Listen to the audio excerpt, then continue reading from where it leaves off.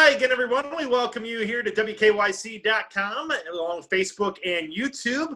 I'm Dave DiNatale, along with our senior political analyst extraordinaire, Tom Beres, as we get ready for Tuesday's presidential debate in Cleveland at Sampson Pavilion between President Donald Trump and former Vice President Joe Biden. Tom, it is great to see you, my friend, and great to talk politics. It's like talking sports, you know. Yeah, hey Dave, there's always a lot to get into. Waving in the bullpen. Glad to get the opportunity. Well, and we are grateful to have you. But let's start first from. We'll get to the debate itself in a second, but this is not the first time Cleveland has been in the political spotlight, certainly, and even in the debate spotlight. Even going back a few years to the primary when Donald Trump was part of it. How important is this for Cleveland's prestige, so to speak, to be front and center for the first presidential debate and see these two candidates go at it tomorrow night? Well, this is probably going to be the most momentous scheduled event of anything remaining in the campaign season.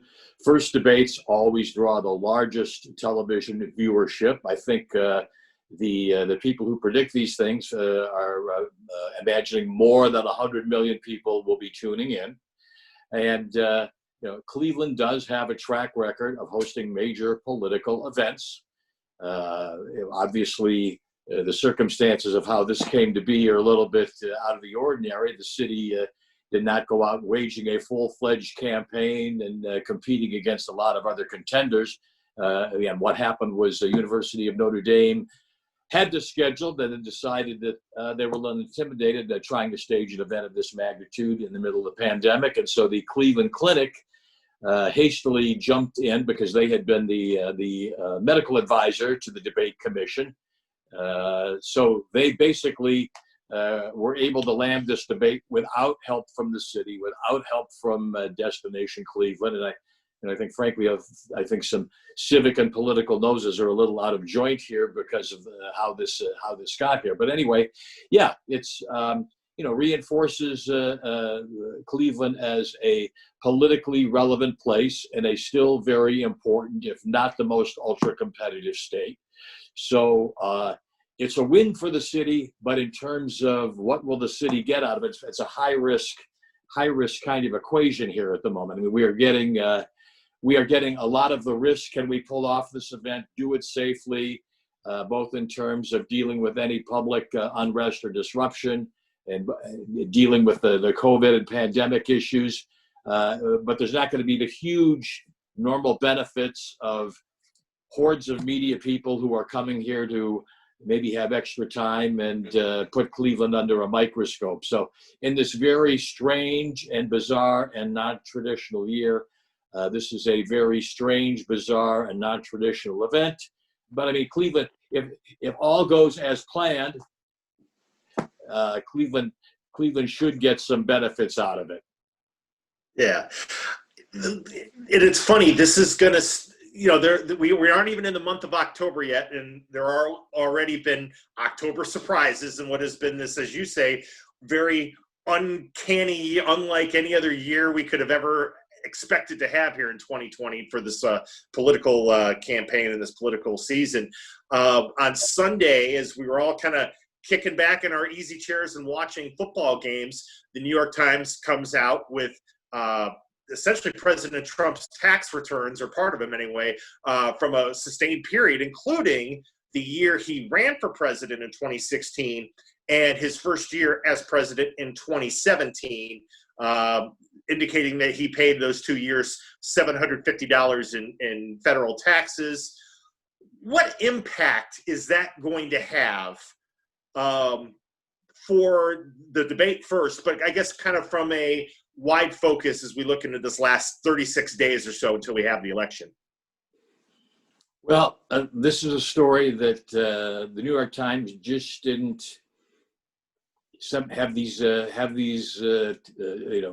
tax records thrown over the transom on Saturday, and they hurried out and got a story out on Sunday. Obviously, somebody gift wrapped them for them, and they've had them for a long time, and a lot of preparation and planning went into preparing for those stories. Will it be part of the debate? I think the moderator, Mr. Wallace, has enough flexibility, under the broad categories of, your record, basically anything is fair game, that even if it doesn't strictly fall under the letter of the 6 topics that have been outlined here. So I would expect there would be some questions, and if not, I'm sure Mr. Biden will drag the subject into the ring somehow. Again, I think there will be it'll be a big issue for a lot of people who already are never Trumpers. Well, he's a charlatan. He misrepresented himself as a businessman. He's a bad businessman. And I guess we get into records of legality here, because he's still in an ongoing debate with the Internal Revenue Service over some of his deductions. What will the public at large think about him, paying $750 a year, which is the probable federal income tax for maybe a married couple that both work in minimum wage jobs. People who admire him say, well, he didn't make the laws, and he knows how to take advantage of the benefits that the system extends. Frankly, I don't see how it can help him, but ultimately, I don't see that it drives his loyal and fiercely loyal supporters away from him. So we'll see. I mean, there's a lot more shoes to drop here. The Times says it has more stories to present, but I don't see how it can be beneficial to him. That's an understatement. No. As far as, let's get to Biden first, and we'll get back to the president. The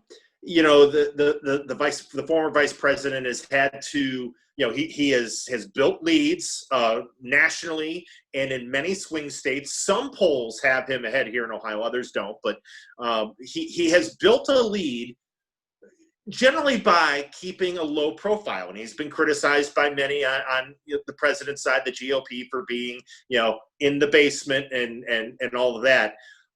There have been people, and I think Speaker Nancy Pelosi was one of them, saying Joe Biden shouldn't even be debating the president because of the president's unorthodox manner and style.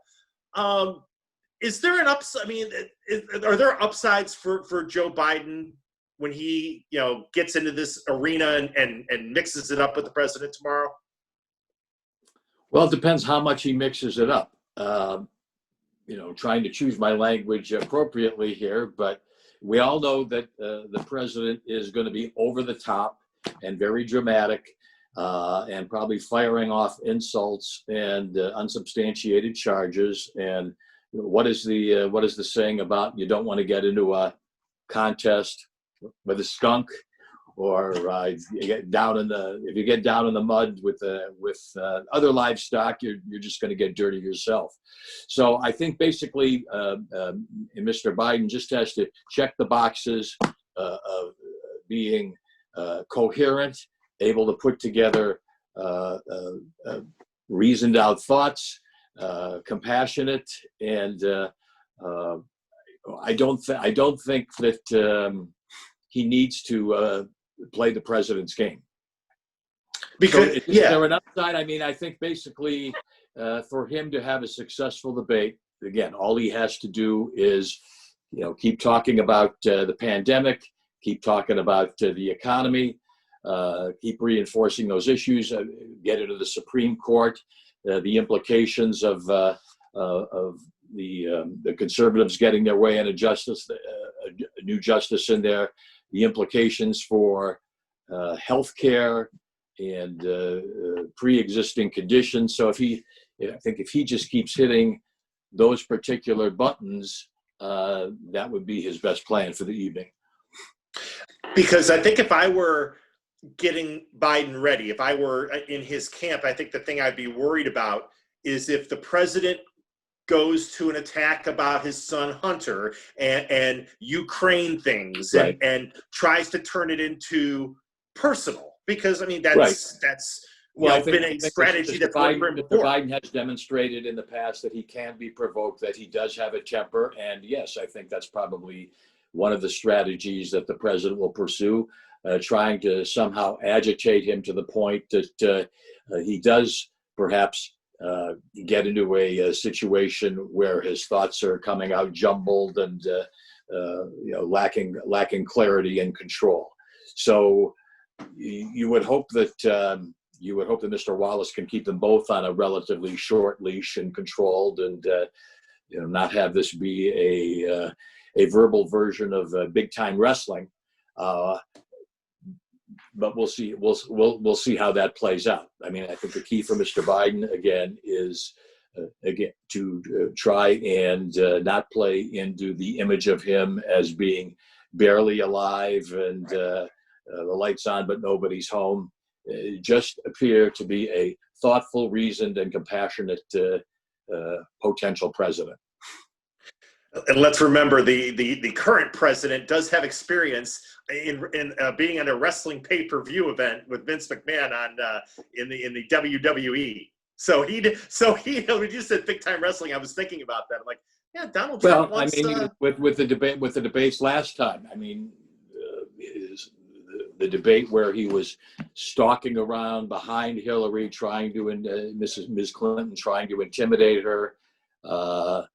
The measure he took of bringing in some of President Clinton's women who he had alleged affairs with, planning them front and center.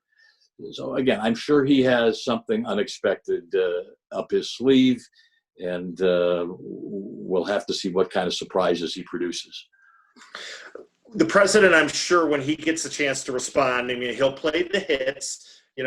Before the pandemic, job growth was up, the economy was doing well, and things like that has always worked well for this president. But he, when he's going to have to be put on the spot about how his administration's handled the pandemic, I'm curious, Tom, to see how he's going to be able to explain, that he's made the right moves and he's got the right people running things as we continue to go through day after day of death and people being sick in the hospital and, waiting for a vaccine that we don't know when is going to get here yet. Well, I mean, we almost get daily doses of the president addressing questions about this, where he tends to marginalize, minimalize, or just sidestep it as if it's not happening. I think he believes that being president is perhaps his best strategy because of his daily engagement with reporters for a debate like this. So he's been asked these questions before. He'll be asked them again. I don't expect his answers or his approach to it will be any different than what we've seen. Nothing more could have been done. Any problems I'm not responsible for, and we did the best we could, and things will rapidly improve. Yeah, I mean, and you're right. It's funny you mentioned it, but yeah, he did over the weekend. Obviously the Supreme Court announcement on Saturday, but he was right back in there yesterday on Sunday taking questions, and it was almost like his debate prep to be ready to handle things. The Supreme Court, you mentioned that towards the top of our conversation. That's obviously going to come to play here. For both candidates, what's the line going to need to be? Because I mean, they're both going to play the hits, we know. But what are you looking for when that topic comes up? Well, I think obviously, they both would like to ignore whatever they said in 2016 when the roles were reversed and the president's people were arguing that if he won the election, he should be the one to make the pick, and that President Obama's pick was no longer relevant, even though even though the pick was 240 some days before the end of his term. And the shoe was on the other foot for Mr. Biden too. So yes, I think they both will have to sidestep their previous statements on that. I think the president has to be careful here, because this issue could be a great motivating incentive for women who are the type of voters that went for him last time to a great extent. But now women who are concerned about Roe v. Wade being rolled back. Mm-hmm. And again, men and women concerned about the potential impact on the Affordable Care Act and ongoing health care. Mr. Biden has some issues here, because he could be asked, well, let's see your list of prospective Supreme Court candidates if you get the opportunity to replace. Well, he hasn't provided that yet, and I don't think he's given a really strong and clear-cut answer on what his thoughts are about potentially packing the court if he won. Again, that's a way down the road, but he has some unanswered questions. There too. Finally, Tom, you talked about it's going to be the job of one Chris Wallace, Fox News' Sunday morning host, their longtime political analyst, to handle things at the debate. I know he was moderator in 2016. He's been at this for a long time. Talk about what his job is going to be like as we get into this debate. Well, a lot of people, I think, say he's got to be a ringmaster that brings some discipline to this. And a lot of people wish he could be an instant as we go fact checker, because I think there'll be a lot of hyperbole and misinformation flying around, and that's a lot of burden on him to be able to call the candidates on their misstatements. I think he's got a reputation, even though he is on Fox. He's not one of the most ardent Trump supporters on Fox, and he's got a reputation for asking tough questions for public figures of both parties. So I don't think you're going to be getting any milquetoast or namby-pamby or favoritism to one side or the other. I think he'll run the tightest ship as possible, and both sides will complain about the referee at the end of the game, I'm sure. But if they're both complaining loudly, well, then he's probably done his job. There's so many sports metaphors that we'll go into tomorrow night. It's crazy, but that's politics, and that's 2020, right? I mean, well, again, this is going to be an event that'll be covered very much like a sports event. This is okay. It's a debate, but neither one of these candidates is coming into this worried about the boxes of the accuracy of my evidence and my powers of the traditional high school debate team tactics here. The history has indicated that, very often in presidential debates, very often one candidate will win the debate, but wind up losing the election. So I think the audience is not necessarily concerned with the formalities and nuances of a structured and traditional debate. Just how does this person come across? More of a gut level sort of analysis. And I wish Mr. Wallace good luck, because there'll be an awful lot of Wednesday morning quarterbacking about what he did or didn't do. Yeah, it's a thankless job, but somebody's got to do it. It'll be Chris Wallace in Cleveland on Tuesday. Tom, it is great to see you, my friend. Thank you for your insights, and I'm sure I'll be talking to you as we continue to get closer and closer to November 3rd, my friend. Okay, look forward to it. Thanks, Dave.